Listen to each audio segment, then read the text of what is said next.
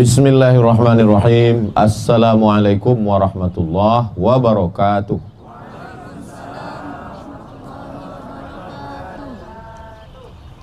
Alhamdulillah. Allahumma salli ala Sayyidina Muhammad wa ala ali Sayyidina Muhammad. Yang sama kita hormati para pembimbing, guru-guru kita, ustadz-ustadz kita. Mudah-mudahan panjang umur, sehat badan, berkah ilmunya untuk kita semua.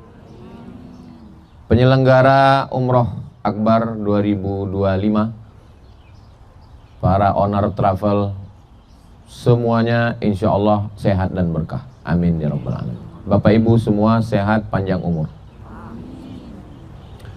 Dari sambutan salamnya kelihatannya bumbu pecal sudah mulai menipis, ikan teri sudah mulai habis, tapi semangat tidak kembang kempis. Amin ya rabbal alamin.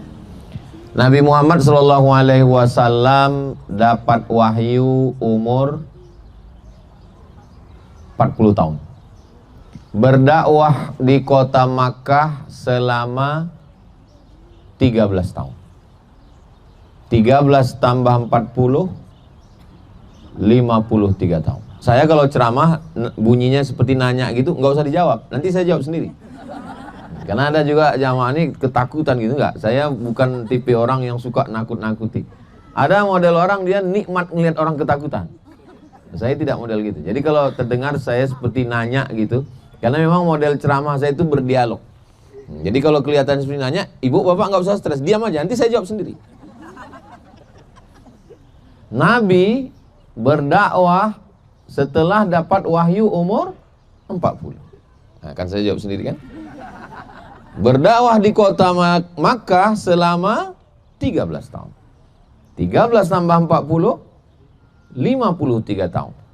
Umur 53 tahun pindah ke sini, gurun pasir, banyak binatang berbisa, namanya Yathrib.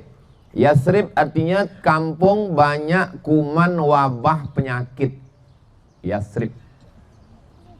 Mohon maaf, ini memang betul-betul nanya. Bapak yang umurnya 53 tahun. Ngaku 35 semua.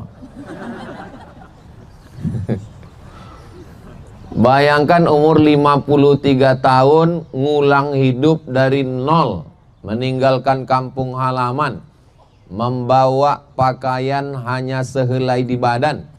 Sampai di sini numpang di rumah sahabat Nabi namanya Abu Ayyub Al-Ansari yang makamnya di Turki, di Istanbul. Panjang umur sehat badan kita ke Istanbul insyaallah. Ongkos tanggung masing-masing.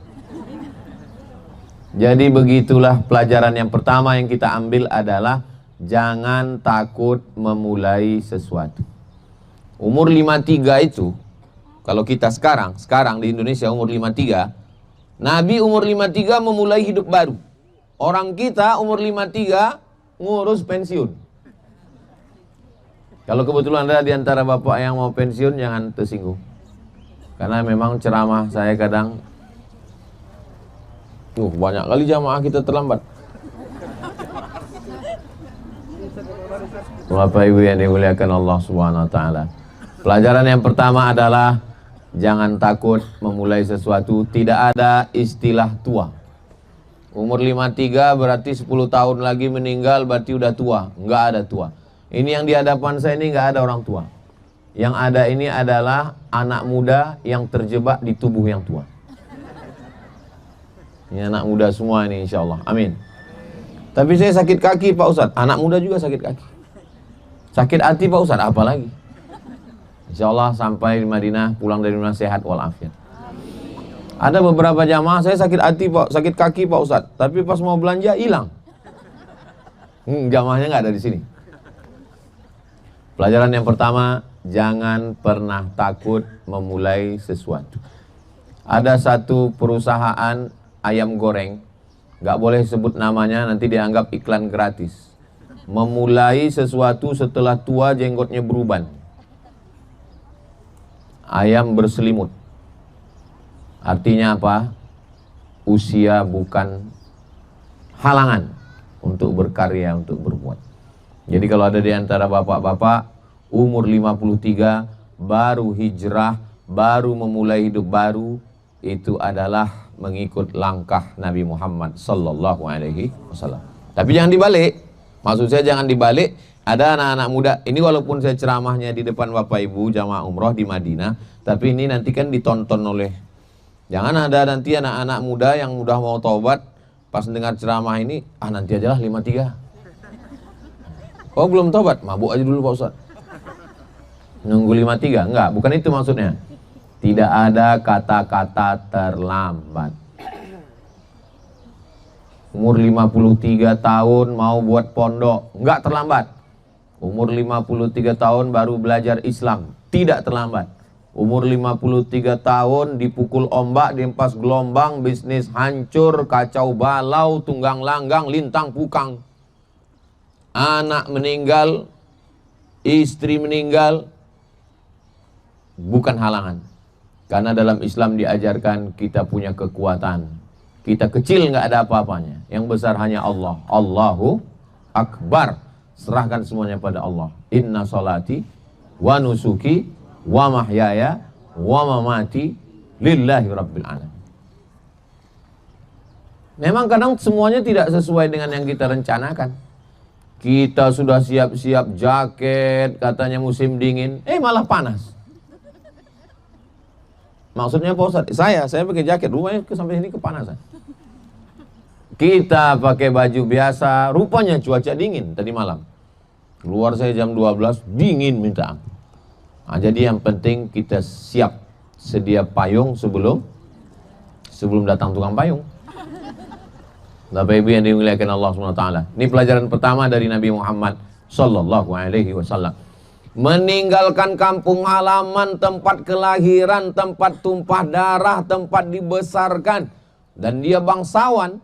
Muhammad sallallahu alaihi wasallam anak Abdullah, anak Abdul Muthalib, anak Hashim, anak Abdi Manaf, anak Qusay, kakeknya orang kaya yang membuat rumah besar di kota Makkah.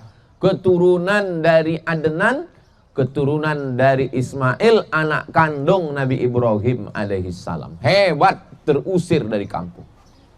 Jadi kalau ada di antara kita terusir dari kampung, itu belum ada apa-apanya dibandingkan Nabi Muhammad. Bangkitkan semangat. Yang penting hidup ini semangat. Kalau udah kehilangan semangat, depresi, stres, anxiety, bunuh diri. Orang Jepang kalau udah kehilangan semangat, itu makanya di dinding kamarnya dipajang samurai, dipajang pedang panjang. Kalau udah kehilangan semangat, cabut harakiri, mati. Kita kalau kehilangan semangat, ambil air wudhu, menghadap kepada Allah. Kalau semua di dunia ini kawan-kawan sudah tidak ada lagi yang bisa berbagi duka cita, tak ada lagi yang bisa berbagi kesusahan, mengadulah kepada Allah. Jangan ngadu ke Facebook. Ngadu ke Facebook, di komen sama kawan, makin pusing kepala kita. Ustaz kok tahu? Saya baca komennya. Oh, jadi komen-komen itu Ustaz baca? Saya baca. Tapi nggak pernah Ustaz balas, saya nggak tahu passwordnya. Admin semuanya yang ngurus. Ini cuma mau ngasih tahu kalau ada jamaah yang DM nggak balas tuh, saya nggak tahu. Nah, ini poin yang pertama. Poin yang kedua, yang memusuhi Nabi di kota Makkah itu bukan orang lain. Tabbat yada abi lahabin wa tab. Nabi punya ayah namanya Abdullah. Abdullah punya saudara kandung namanya Hamzah. Insya Allah sebagian sudah, sebagian belum. Nanti ziarah ke makam Sayyidina Hamzah di bawah Jabal Uhud. Hamzah bin Abdul Muthalib. Abdullah punya saudara kandung namanya Abbas. Abdullah punya saudara kandung namanya Abu Lahab. Abu Lahab itu saudara kandung bapaknya Nabi. Saya punya bapak. Bapak saya punya saudara kandung. Berarti saya manggilnya, kalau di kampung kami, uncle. Baru makan jambu monyet. Jadi Saya punya ayah saya punya adik laki-laki, berarti paman saya. Hubungan Nabi dengan Abu Lahab itu adalah paman. Yang memusuhi itu bukan orang lain. Jadi kalau ada di antara kita sekolah, diejek keluarga, dicaci maki, disumpah serapah sama keluarga, nggak ada apa-apanya dibandingkan Nabi Muhammad. Ini yang kedua, bahwa yang memusuhi keluarga, yang menolong adalah orang lain. Saya yang nolong saya ini orang lain, bukan orang Sumatera, orang yang jauh. Yang menolong Nabi bukan orang Makkah, orang Madinah. Karena menolong disebut dengan Ansor. Abu Ayyub Al-Ansari. Al-Ansari yang menolong. Ansor, orang-orang Madinah ini disebut dengan Ansor karena dia menolong. Maka yang menolong saya juga orang-orang yang jauh. Ada namanya Ustadz Fahrul Razi Al-Makassari. Al-Ansor, Makassar. Ada namanya Ustadz, alah grogi lupa pula namanya. Ada Ustadz EN Al-Kalimantani. Ada namanya Ustadz Hatta Al-Banjari. Di sini ada yang dari Makassar, ada yang Banjar, ada yang Melayu. Haji Saad dari Malaysia. Ada Kalimantan, Sulawesi, Malaysia, Batam, Jawa Barat, kumaha damang. Masya Allah. Bapak Ibu yang dimuliakan Allah. Dan kami ini nggak ada hubungan nasab, cuman satu hubungan nasib. Jadi banyak sekali kadang nasab itu malah nggak nolong, tapi yang menolong kita nasib. Karena senasib, sepenanggungan sama Ustadz Atta, sama-sama kuliah di Mesir, sama-sama jadi petugas haji tahun 2002. Sekarang sudah 2025, udah 23 tahun yang lalu. Tapi perasaan kami masih tetap seperti yang dulu.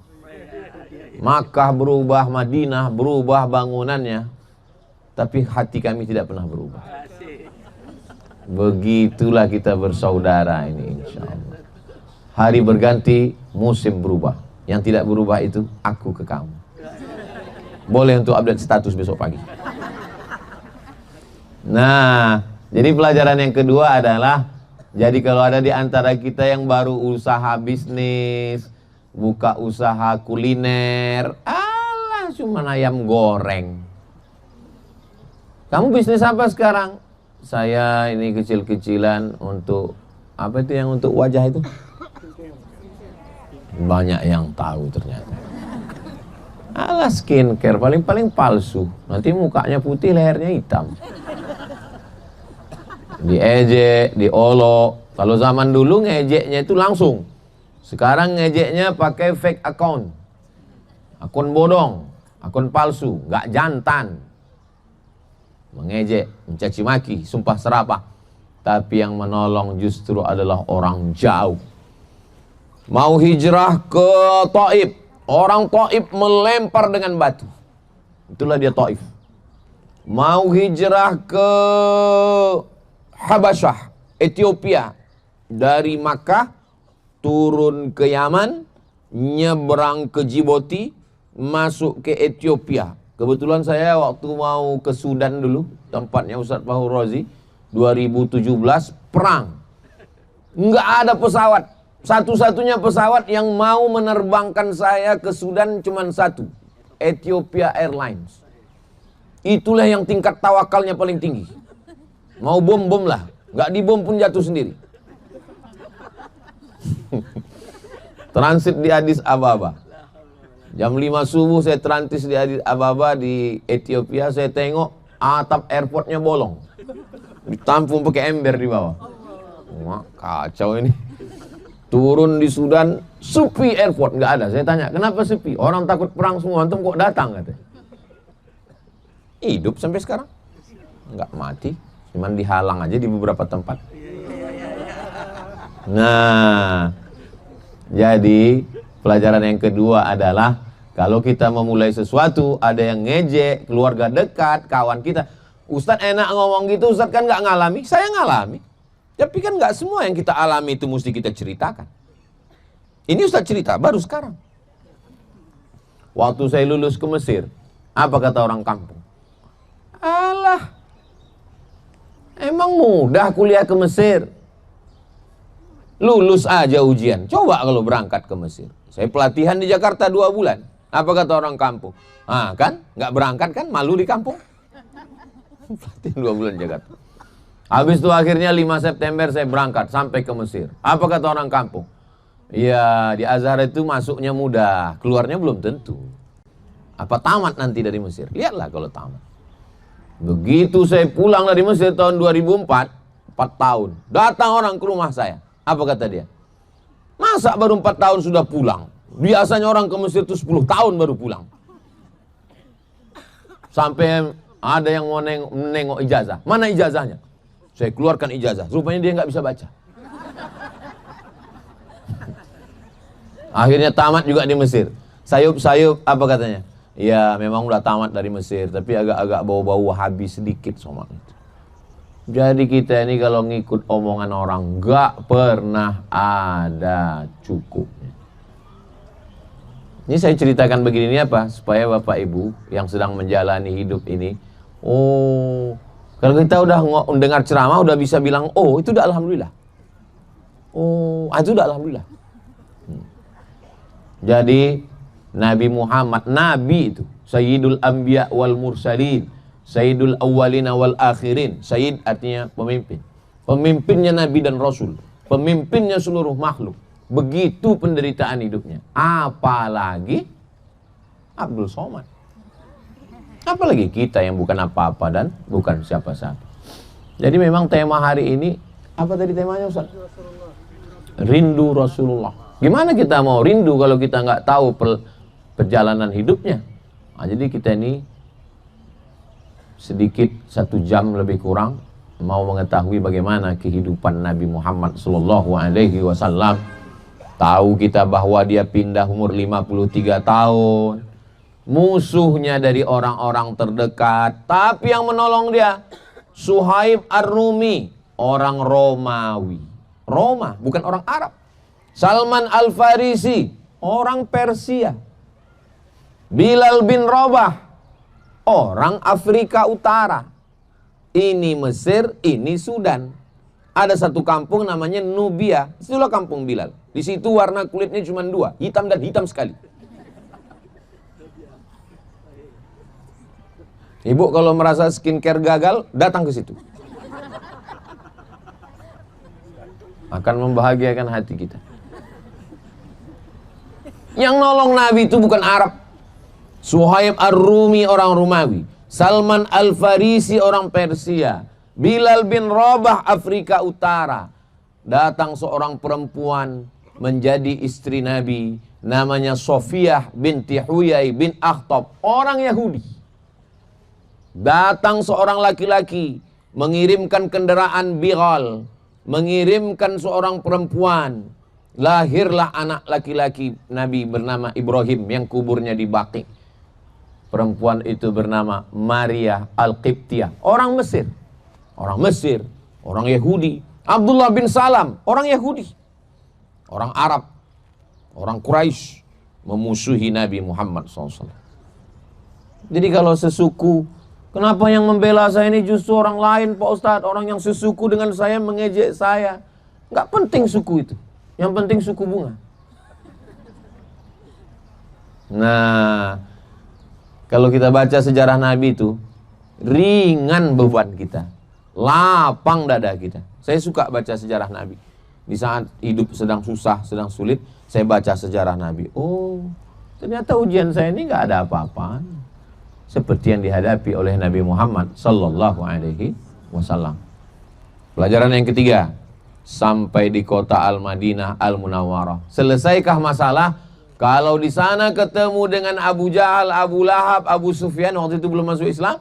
Sampai di sini ketemu dengan orang munafik. Makanya ada satu surat khusus, surat Al-Munafiqun. Kalau yang di Makkah itu jelas, hitam. Tapi yang di Madinah ini dibilang hitam enggak, dibilang putih enggak. Apa warnanya? Abu-abu. Menjegal kawan seiring, menggunting dalam lipatan, menikam dari belakang, musuh dalam selimut. Orang munafik. Sampai datang anaknya. Datang anaknya, ya Rasulullah, saya pancung kepala bapak saya. Bapaknya bosnya orang munafik. Kata Nabi, jangan. Aku tidak mau tertulis dalam sejarah Nabi menyuruh anak memotong kepala bapak. Makanya orang munafik itu diletakkan di neraka paling panas. Innal munafiqina fid darkil asfali. Asfal itu yang paling rendah, paling panas. Bukan jalan aspal. Innal munafiqina fid darkil asfali minan nar. Jadi hidup ini tidak pernah berhenti dari ujian. Jadi kalau ada orang yang nyangka, saya ini Pak Ustadz udah hijrah, udah tobat, udah ngaji, udah ngikut pengajian Ustadz Somad, udah ikut umroh, kenapa ujian ini nggak pernah selesai? Ujian itu selesainya nanti ketika kita mati husnul khotimah. Pun setelah mati husnul khotimah masih ada ujian lagi. Apa itu? Ujian tatap muka, marabbuka. Masih ada ujian lagi. Ar-rahah fil jannah. Istirahat yang sesungguhnya adalah di surga bersama Bapak Ibu nanti insyaallah. Bersama kita di kota Al-Madinah ini, bersama juga kita nanti di surga Jannatul Firdaus insyaallah. Jannah itu bahasa Arab, jannah artinya tertutup. Kenapa disebut jannah itu tertutup? Karena cahaya matahari tertutup oleh daun-daun, gak sampai ke bawah. Nah, ini seperti jannah nih sekarang. Tertutup oleh daun-daun. Atau karena memang belum terbit mataharinya. Tertutup oleh daun-daun sehingga tidak sampai ke bawah. Nanti kalau mau upload foto jelaskan, ini pohon kurma. Biar mereka jangan salah sangka, disangkanya sawit udah tua. Ini kayaknya sawit mau replanting katanya. Bapak Ibu yang dimuliakan Allah Subhanahu wa taala. Pelajaran pertama, umur bukan alasan. Pelajaran yang kedua, keluarga, sesuku, orang kampung memusuhi, orang lain yang akan menolong kita. Orang dekat jahat, orang jauh yang akan membela kita. Pelajaran yang ketiga, pindah dari Makkah sampai ke Madinah. Selesaikah masalah? Tidak selesai. Berhadapan dengan orang munafik, berhadapan dengan orang Yahudi. 4 Yahudi. Yahudi Bani Nadir, Yahudi Quraizah, Yahudi Qainuqa, Yahudi Khaybar. Orang Yahudi ini kelihatannya baik. Orang Yahudi tidak sama dengan Abu Jahal, Abu Lahab bawa pedang, enggak. Orang Yahudi lembut. Orang Arab menyebut orang Islam Assalamu alayka ya Rasulullah. Orang Yahudi dengan lembutnya Assalamu alayka. Assalamu alayka, selamat untukmu. Assalamu alayka, matilah kau. Lembut dia. Makanya kalau ada kawan kita, tetangga kita lembut, itu Yahudi itu. Lembut tapi menikam. Lembut gaya ngomong. Nah, tapi jangan jurus ini dipakai untuk mengukur orang. Jangan pulang dari sini, Yahudi. Yahudi. Kita, mudah-mudahan Allah menyelamatkan kita dari Yahudi. Makanya presiden pertama Israel namanya Golda Meir. Waktu dia dilantik jadi presiden Israel, ceramah dia yang pertama, apa kata dia? Aku mencium bau nenek moyangku di Madinah. Maksudnya, di sini ada 4 kampung Yahudi. Yahudi Bani Nadir, Yahudi Bani Quraizah, Yahudi Qainuqa, Yahudi Khaybar. Mereka mau mengambil. Dan kalau kita lihat, cobalah buka Google Map. Israel, Suriah, Yordan, Saudi Arabia. Jalan darat, dekat sekali. Nggak sampai 1.500 km. Naik bis mereka datang kemana. Mereka mau mencaplok. Tapi sampai hari kiamat Allah menjaga Madinah Al-Munawwarah, Makkah tidak dimasuki Dajjal insyaallah. Bagaimana dengan kita Pak Ustaz? Kita jangankan Yahudi yang asli, Yahudi KW aja udah bingung semua. Begitulah Allah Subhanahu wa taala menjaga. Bahwa hidup ini tidak pernah selesai dari ujian. Suaminya baik, anaknya tuyul. Suaminya baik, anaknya baik, istrinya nyiblorong sundil bolong mak lampir suster ngesot. Istrinya baik, anaknya baik, suaminya genderuwo. Suami baik, anaknya baik, mantunya Dracula, pengisap darah mertua. Kayaknya ceramah Ustadz ini mengena sekali ke saya ini. Kayaknya ada bocoran-bocor, nggak tahu. Bocor halus. Kalau kebetulan ceramah saya mengena ke Bapak Ibu, saya penceramah yang nggak pandai sindir menyindir. Saya to the point. Saya nggak pandai menggunakan kata berlemah lembut. Saya langsung aja. Jadi kunci dengan ceramah Ustaz Somad itu kuncinya jangan tersinggung. Karena ada beberapa jamaah tersinggung pulang meninggal. Ada di antara Bapak Ibu yang tersinggung? Takut semua. Bapak Ibu yang dimuliakan Allah Subhanahu wa taala. Lalu kemudian yang keberapa sekarang? Yang keempat, Nabi Muhammad sallallahu alaihi wasallam menyatukan semua. Ini yang Arab, Abu Bakar, Umar, Utsman, Ali, Tolha, Zubair. Ini yang bukan Arab, Salman, Bilal, Abdullah bin Salam. Yang bukan Arab. Yang Arab dengan yang bukan Arab, apa kata Nabi? La farqa bainal Arabi wal Ajam. Tidak ada beda yang antara yang Arab dengan yang bukan Arab. Mungkin ada di antara bapak ini yang Arab. Golkar, golongan keturunan Arab. Ustaz katanya Arab. Iya, Arab maklum. Arab cemas. Saya dari Jawa Pak Ustaz. Jawa itu Arab. Arab Nandi, Arab Lungo. Pripun kabari, api. Bapak Ibu yang dimuliakan Allah Subhanahu wa taala.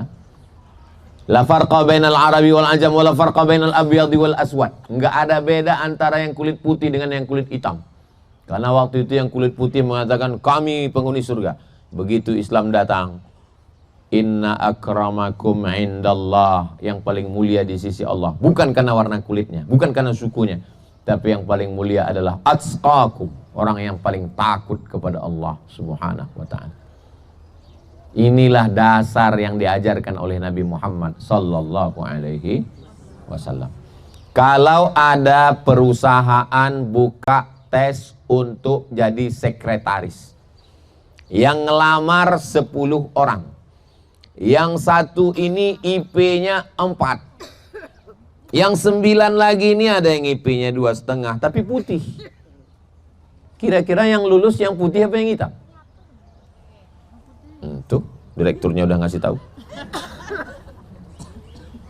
Tapi begitu Islam datang, saat Nabi menguasai kota Makkah, setelah dibersihkan Ka'bah, yang naik ke atas Ka'bah mengumandangkan azan bukan yang putih, bukan Sayyidina Ali, bukan Abu Bakar, bukan Umar radhiyallahu anhu. Yang naik adalah Bilal. Bilal naik ke atas Ka'bah. Allahu Akbar, Allahu Akbar. Apa kata orang musyrik Quraisy? Apa kata dia? Untung bapak saya sudah mati sehingga tidak melihat gagak hitam ini azan. Mereka menyepelekan orang berkulit itu. Jadi sesungguhnya Abu Jahal, Abu Lahab, Abu Sufyan itu mereka tidak mau Islam itu bukan karena Nabi ngajak sholat, bukan karena Nabi ngajak puasa sunat, bukan itu. Tapi nggak siap untuk duduk dengan orang yang berbeda status sosial.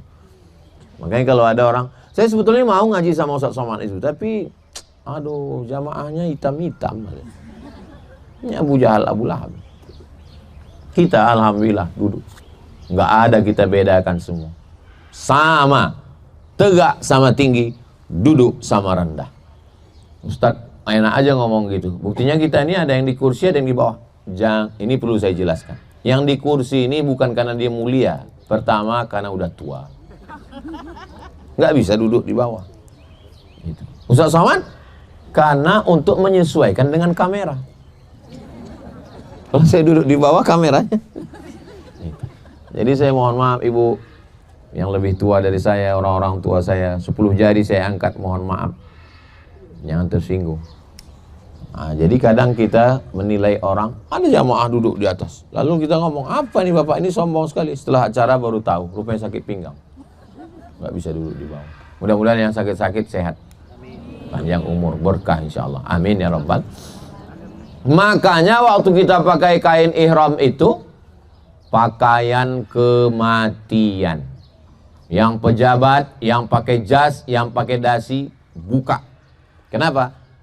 Saat pakai ihram itu nggak ada beda antara orang Eropa yang putih macam telur ayam dikupas dengan orang Afrika yang hitam macam tempat merebus telur ayam. Kalau mau lihat jelasnya nanti pas kita berdoa di samping Ka'bah itu, pejamkan mata, tengok ke sebelah, putih. Tengok sebelah, hitam. Tengok diri kita, pas nengok ke sini syukur kita. Alhamdulillah. Saya dulu waktu di Maroko saya tinggal di asrama. Asrama itu 2, di tengahnya taman asrama. Sebelah kiri ini Afrika semua, sebelah kanan ini Rusia sama Arab. Saya tinggal di Afrika karena di situ saya merasa lebih gagah. Tinggal di situ saya. Orang Afrika itu lebih baik, lebih ramah dibanding orang-orang putih ini sombong. Bukan berarti orang putih sombong, jangan pula tersinggung Bapak ini. Begitulah Allah Subhanahu wa taala mau menunjukkan ajaran Islam. Tahun 50-an, 1950-an, orang kulit hitam di Afrika dibawa ke Amerika sebagai budak. Orang kulit hitam nggak boleh sekolah. Ini kebun binatang, zoo. Ada buaya, ada gajah, ada zebra. Satu tempat kerangkeng orang Afrika. 1400 tahun yang lalu Islam sudah memuliakan bahwa yang dilihat bukan hidung. Kalaulah masuk surga itu dilihat hidung, saya khawatir nggak masuk. Tapi yang dilihat itu adalah bagaimana takutnya kita kepada Allah Subhanahu wa taala. Ajaran siapa itu? Ajaran Nabi Muhammad sallallahu alaihi wasallam. Kami ini perempuan Pak Ustaz, dengan laki-laki mana yang lebih mulia? Man ala salasa banatin, siapa yang merawat, menjaga, membesarkan 3 anak perempuan. Anak perempuan bukan anak laki-laki. Fa'addabahunna, dididik dengan baik. Wa zawwajahunna, dinikahkan dengan orang baik-baik. Wa ahsana ilaihinna, dia buat baik sampai mati. Falahul jannah, maka surgalah baginya. Mengangkat harkat, martabat, derajat perempuan. Dulu perempuan dijual, dijadikan barang, didagangkan di pasar. Tapi begitu Nabi Muhammad SAW datang, perempuan adalah makhluk paling mulia. Sorga di bawah tapak kaki. Saya udah bolak-balik nyari sorga 2 tapak kaki, Ustadz belum ketemu. Perempuan. Ini semua laki-laki yang hebat-hebat ini lahir dari rahim perempuan. Ada bencong melahirkan. Nauzubillah. Mudah-mudahan Allah menyelamatkan anak cucu umat ini dari LGBT semuanya. Begitulah Allah mengangkat harkat derajat manusia. Al-mu'minun laki-laki, wal mu'minat perempuan, ba'duhum awliya'u ba'd, mereka sama saling tolong menolong. Siapa yang paling mulia di antara mereka? Yang paling mulia adalah orang yang paling takut kepada Allah. Ibu perempuan, 7 hari dalam sebulan dia tidak sholat, 7 hari dalam Ramadan dia tidak puasa, dia ganti di luar Ramadan. Ada beberapa perbuatan yang tidak bisa dilakukan perempuan, tapi Allah memberikan balasan. Ketika Nabi masuk ke dalam surga, Nabi menoleh ke belakang, Nabi melihat perempuan, bukan laki-laki. Lalu Nabi bertanya, siapa kamu? Saya adalah perempuan, meninggal suami, membesarkan anak-anak yatim karena Allah Subhanahu wa ta'ala. Begitulah hebatnya Islam yang dibawa oleh Nabi Muhammad sallallahu alaihi wasallam. Yang kelima. Sampai ke berapa nih Pak Ustaz? Sampai 1 jam. Walaupun botolnya 4. Yang kelima, Nabi Muhammad sallallahu alaihi wasallam di sini 10 tahun. Tahun yang kedua perang Badar. Badar dari sini 150 kilo. Tahun yang ketiga perang Uhud. Uhud nanti Bapak Ibu sampai ke bukit Uhud yang tinggi itu. Bukit Uhud itu tingginya 1000 meter. Lebih kurang 1 kilometer ke atas. Panjangnya 7 kilometer. Adapun bukit kecil yang tempat ibu bapak naik itu namanya Jabal Ruman. Rumat artinya pasukan pemanah. Sana Bukit Uhud, di sini Jabal Rumat, pasukan pemanah sudah siap. Kata Nabi, nanti kalau terjadi perang di bawah saya dengan orang musyrik, kamu di atas ini mengawasi dengan panah, jangan turun. Begitu Nabi menang, pasukan pemanah turun mau mengambil ghanimah, harta rampasan perang. Pasukan kaum muslimin sebelah kanan, orang musyrik sebelah kiri, berebut.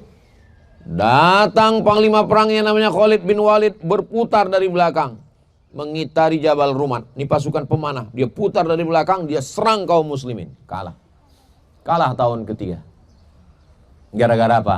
Gara-gara melawan perintah Nabi Muhammad sallallahu alaihi wasallam.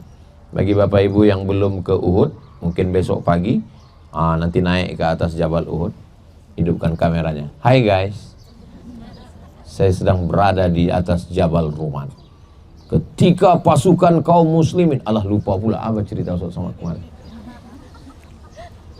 Kita biasanya kalau sampai ke tempat yang menyenangkan, makan makanan yang enak, yang kita ingat itu adalah orang terkasih, orang tersayang.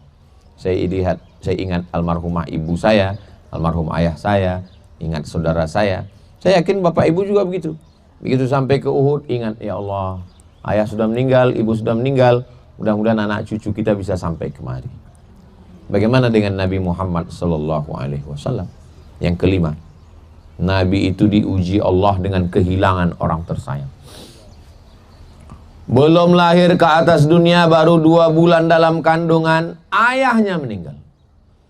Lahir ke atas dunia, dibesarkan oleh seorang ibu, dibawa ziarah untuk menziarahi bapak. Pulang dari ziarah, ibunya meninggal. Dibesarkan oleh kakek. Abdul Muthalib itu sangat sayang.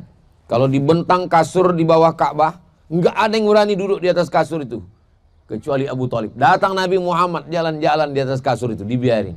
Saking sayangnya Abdul Muthalib. Meninggal Abdul Muthalib. Dibesarkan, dijaga oleh istri bernama Khadijah. Khadijah juga meninggal. Dilindungi oleh paman bernama Abu Thalib. Abu Thalib pun meninggal juga. Anak perempuannya 4. Zainab, Ruqayyah, Ummu Kulsum, Fatimah. Yang 3 ini meninggal ketika Nabi masih hidup. Fatimah 6 bulan setelah Nabi meninggal baru dia meninggal. 3 anak perempuan itu meninggal waktu Nabi masih hidup. Anak laki-lakinya dari Khadijah, Al-Qasim dengan Abdullah, meninggal waktu kecil. Ada 1 anak laki-laki yang dari Mesir, Ibrahim, meninggal umur 18 bulan. Kenapa banyak sekali keluarga Nabi meninggal? Supaya kebahagiaan hanya bersama dengan Allah. Bersama dengan manusia itu hampa. Pagi jadi kawan, sore jadi lawan. Hari ini jadi lovers, besok jadi haters. Berharap kepada manusia, hampa. Berharap kepada kuasa, sirna. Berharap kepada benda, binasa. Maka ada orang-orang yang ditarik Allah supaya kita hanya berharap kepada Allah. Qul huwallahu ahad, dan bergantung hanya kepada Allah. Allahus, itulah dia kesimpulan. Allahus Samad. Kalau ini Abdus Samad, hamba Allah, tempat bergantung, tempat meminta. Saya dulu waktu kecil baca Quran itu kan nengok terjemah. Qul huwallahu ahad, katakan Allah itu Esa. Allahus Samad, Allah tempat bergantung. Saya tanya mak saya, mak, jadi aku ini tempat bergantung? Allahus Samad itu Allah, kau Abdul Samad. Abdul Samad artinya kau hamba Allah, tempat bergantung. Jangan bergantung ke dahan, patah. Jangan bergantung ke tembok, retak. Bergantunglah kepada Allah. Makanya selama di Masjid Nabawi, Masjidil Haram, bergantung kepada Allah. Banyak-banyak sholat. Masuk pagi, sholat duha. Masuk malam, sholat tahajud. Pertama kali masuk, Pak Ustadz, tahiyatul masjid. Habis itu, sholat sunat wudu. Habis itu, kalau kebetulan malam, sholat sunat taubat. Habis itu, sholat sunat tahajud. Habis itu, sholat sunat hajat. Sujudnya lama-lama. Ada juga yang nggak bangun, ketiduran. Sujud lama-lama bersujud. Tempelkan kening ke lantai. Lama-lama bersujud. Secara kesehatan mental bagus karena kita bergantung kepada Allah. Secara kesehatan fisik bagus juga karena darah kita ini sempurna turun ke otak.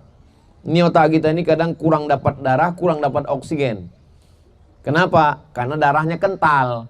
Karena di dalam darahnya ada minyak, kolesterol, ada gula. Nah, maka saya dilarang banyak minum gula. Ustadz jangan minum gula. Itu maka dikasih gelasnya kecil. Saya tuang beberapa kali, banyak juga jadinya. Maka ketika darah itu kental, payah dia. Makanya banyak orang makan pil pengencer darah. Efek samping. Tapi ketika kita lama bersujud, itu turun dia ke otak kita. Segar, sehat, walafiat. Nah, maka Nabi SAW kehilangan anak, kehilangan istri, kehilangan ayah, kehilangan ibu, kehilangan anak perempuan, kehilangan anak laki-laki, kehilangan paman, kehilangan kakek. Jadi kalau ada di antara kita ini yang kehilangan, saya Pak Ustadz pagi ini susah kali hati saya kehilangan. Kehilangan apa? Sendal. Baru kehilangan sendal, nangisnya 3 hari. Bukan masalah sendalnya Pak Ustadz, terus yang ngasih sendal Pak Ustadz. La ilaha illallah. Asal jangan kehilangan iman. Mati na'udzubillah. Mudah-mudahan kita semua matinya husnul khatimah. Itu 5 pelajaran yang bermakna dari mengenal Nabi Muhammad SAW. Ustaz Somad mau cerita tentang Nabi Muhammad selama 60 menit. 63 tahun diceritakan dalam 60 menit. Bahasa Arabnya mustahil, impossible. Nah, pulang dari sini nanti semangat, toko buku, beli buku sejarah Nabi Muhammad Ar-Rahiq Al-Maktum. Tak kenal maka tak sayang, tak sayang maka tak ngutang. Bagaimana orang nunggu artis dari jam 6 pagi, artisnya baru keluar kamar jam 6 sore. Pas artisnya keluar kamar, wow, amazing. Mereka senang. Siapa yang mereka tunggu? Shah Rukh Khan. Saya baca tuh berita, penggemar-penggemar Shah Rukh Khan datang dari Indonesia, beli tiket pesawat ke India, Vrindavan, mau nunggu dari jam 6 pagi hanya untuk ngelihat dari jauh. Bukan kenal dia, bukan bisa dia ngomongnya. Anda ditanya pun sama Shah Rukh Khan, "Kya hal hai?" "ठीक है." "Kya hal hai" artinya apa kabar? "ठीक है" artinya kabar baik. Kepala mesti digoyangkan.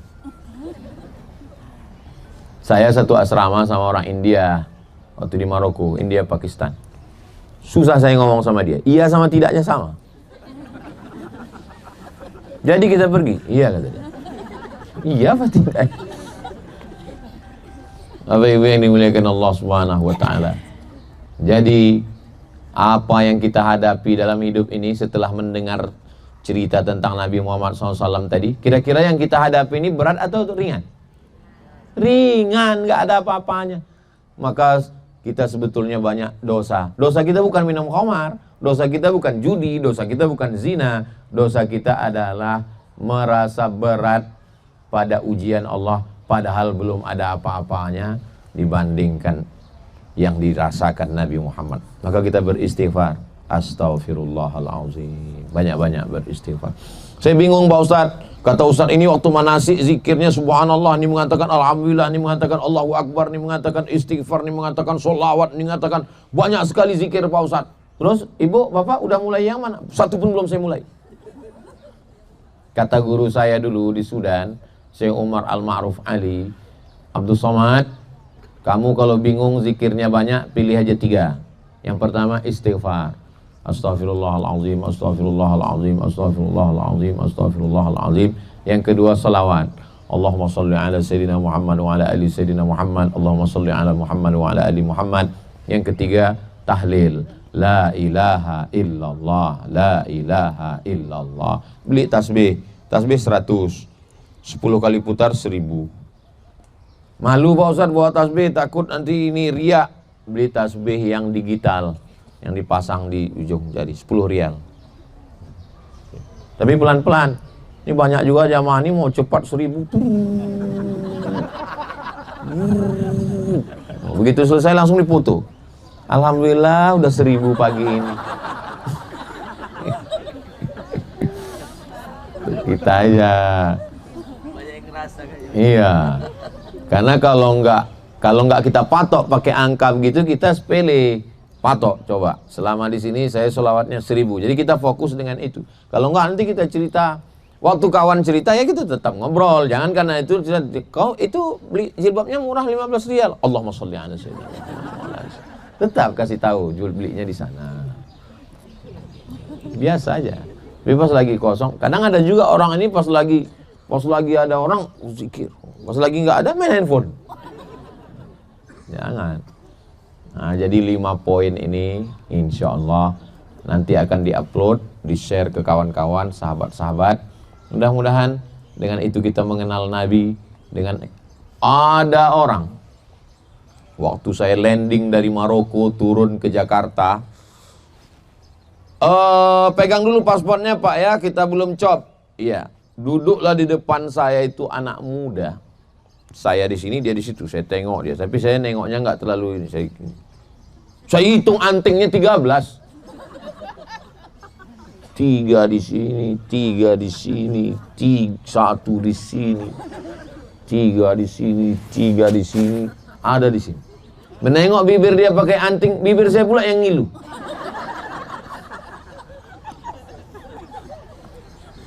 Saya jangankan mau ditindik gitu, kena dikit aja duri, sakitnya minta ampun. Lama saya mikir, kok bisa dia tahan di cucuk sini 3. Kira-kira rahasianya satu kata, apa itu? Cinta. Cinta membuat 13 lubang itu nggak sakit. Karena dia cinta dengan anak apa? Pang ya? Pang. Lidah lagi ditusuk kan? Saya menengoknya aja. Itu. Ternyata cinta itu membuat sakit hilang. Saya yakin dan percaya, ibu bapak kemari nabung, nyimpan duit, gajian, gak beli baju hari raya karena baju lama masih ada. Akhirnya sampai kemari, itu semua karena cinta. Ini adalah muhibbin, para pencinta Nabi Muhammad SAW. Makanya kata Nabi, ketika ada seorang yang berkulit hitam memeluk Nabi erat, kenapa kau peluk saya, kata Nabi? Aku kulitku hitam, aku budak, aku miskin, aku susah, aku tidak yakin bersama denganmu ya Rasulullah. Kata Nabi, almar'u ma'aman ahab. Orang akan bersama dengan siapa yang dia cintai. Kamu karena mencintai aku, nanti kamu akan bersama. Saya bersaksi karena Allah. Nahnu nahkumu bizawahir, kita melihat zahir, batinnya mana kita tahu. Bapak ibu semua yang hadir nih, semuanya insya Allah karena cinta kepada Rasulullah SAW. Tanda cinta, banyak-banyak berselawat. Ziarah berkali-kali boleh Pak Ustaz? Boleh. Kami sampai tadi malam, maghrib nggak bisa. Karena azan maghrib sudah ketinggalan. Baru dapat kunci segala macam. Akhirnya isya. Saya sampai isya. Habis sholat isya, saya sempatkan ziarah. Ziarah depan makam Nabi. Assalamualaikum ya Rasulullah. Assalamualaikum ya Habibullah. Assalamualaikum ya khaira khalqillah. Assalamualaikum ayuhan Nabi. Cuma agak susah kita khusyuk depan makam Nabi itu. Kadang kita udah khusyuk. Haji.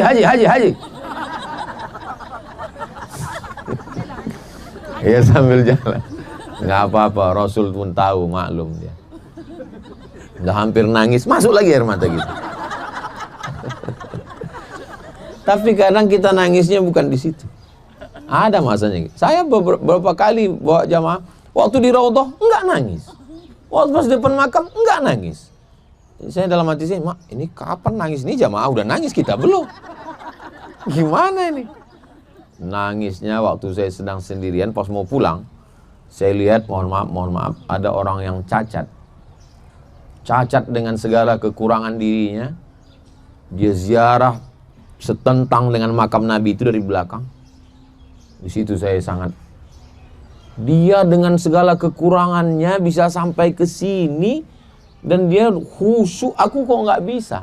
Di situ nangisnya lepas. Kadang saya susah nangis nih karena jamaah keliling kan, kalau kemana-mana jamaah. Kadang kita mau nangis dia udah ngerekam. Jadi kita, aduh nggak jadi lah. Nah, itu. Jadi ibu, bapak bisa lebih khusyuk kepada Rasulullah sallallahu alaihi wasallam. Mudah-mudahan cinta kita tulus kepada Rasul. Andai nanti Bapak Ibu bisa ambil buat video tanya, tapi yang di sini udah nggak bisa lagi kan, udah bocor soalnya kan. Untuk grup yang kedua tanya, andai kamu ketemu dengan Nabi, apa yang kamu lakukan? Syekh Ali Jum'ah waktu ditanya, Syekh Ali Jum'ah ulama besar di Mesir, mantan mufti, masih hidup, umurnya 70-an.